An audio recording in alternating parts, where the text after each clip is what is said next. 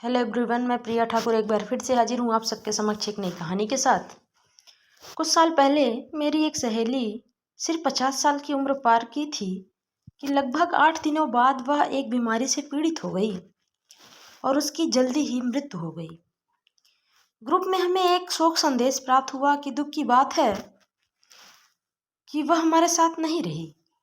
2 महीने बाद मैंने उसके पति को फ़ोन किया। ऐसे ही मुझे लगा कि वह बहुत परेशान होगा क्योंकि ट्रैवल वाला जॉब था। पत्नी की मृत्यु हो चुकी थी और मेरी सहेली ही हमेशा सब कुछ करती थी, सब कुछ देखती थी। घर, अपने बच्चों की शिक्षा, वृद्ध ससुराल वालों की देखभाल करना और उनकी बीमारी, रिश्तेदारों का प्रबंध करना, सब कुछ वही करती थी। वह कहती रहती थी, मेरे घर को मेरे समय की ज़रूरत है। मेरे पति चाय कॉफ़ी भी नहीं बना पाते हैं।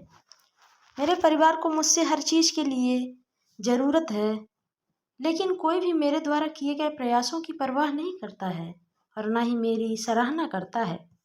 सब मेरी मेहनत को नॉर्मल मान के चलते हैं। मैंने उसके पति को यह जानने के लिए फ़ोन किया कि क्या परिवार को किसी सहारे की ज़रूरत है। मुझे लगा कि उनके पति बहुत परेशान होंगे। अचानक से सारी जिम्मेदारियों को निभाना है। उम्र बढ़ने के साथ साथ माता पिता, अपने बच्चे, अपनी नौकरी, इस पर अकेलापन, उम्र कैसे होंगे बेचारे। फ़ोन कुछ समय के लिए बजा, नहीं उठा। 1 घंटे के बाद उन्होंने वापस कॉल किया। उसने माफ़ी मांगी कि वह मेरे कॉल का जवाब नहीं दे पाए क्योंकि अपने क्लब में 1 घंटे के लिए टेनिस खेलना शुरू किया था और दोस्तों से मिलना वगैरह भी।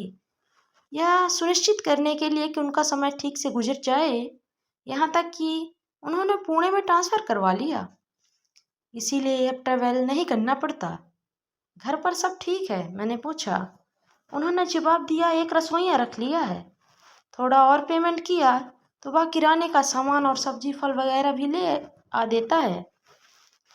उन्होंने अपने बूढ़े माता पिता के लिए फुल टाइम केयर टेकर रख ली थी। ठीक चल रहा है, बच्चे भी ठीक हैं, जीवन धीरे धीरे सामान्य स्थिति में लौट रहा है, उन्होंने कहा। मैं मुश्किल से 1-2 वाक्य बोल पाई और हमारी बात पूरी हो गई। मेरी आंखों में आंसू आ गए। मेरी सहेली मेरे ख्यालों में आ रही थी।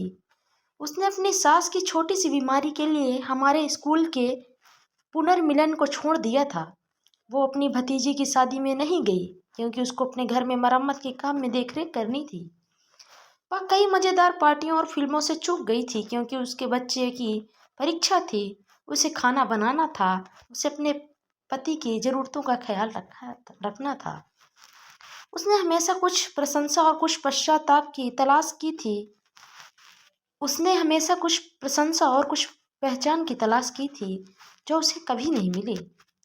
आज मुझे उसका कहने का मन हो रहा था, यहाँ कोई भी अपरिहार्य नहीं है और कोई भी याद नहीं किया जाएगा। यह सिर्फ हमारे दिमाग का भ्रम है।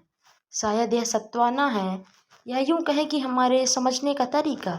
जब आप दूसरों को खुद से पहले रखते हैं तो वास्तव में आप यह भी दिखा रहे होते हैं कि आप पहले नहीं हैं। उसके मरने के बाद उन्होंने 2 और नौकरानियां रख ली और घर ठीक चल रहा था। इसीलिए मन का यह वहम हटा दो कि मैं अपरिहार्य हूँ, मेरे बिना घर नहीं चलेगा। अतः सबसे महत्वपूर्ण बात यह है कि अपने आप के लिए समय आप निकालिए। अपने दोस्तों के साथ संपर्क में रहें, बात करें, हंसें और आनंद लें। अपने शौक पूरे करो, अपने जुनून को जियो, अपनी ज़िंदगी को जियो। हर किसी को आपकी ज़रूरत है, लेकिन आपको भी अपनी देखभाल और प्यार की ज़रूरत है। हम सभी के पास जीने के लिए केवल एक ही जीवन है। ज़िंदगी बहुत सुंदर है। मेरी आप सबसे यही गुजारिश है कि आप सबके साथ साथ अपना भी ध्यान रखें और अपने लिए भी वक्त निकालें।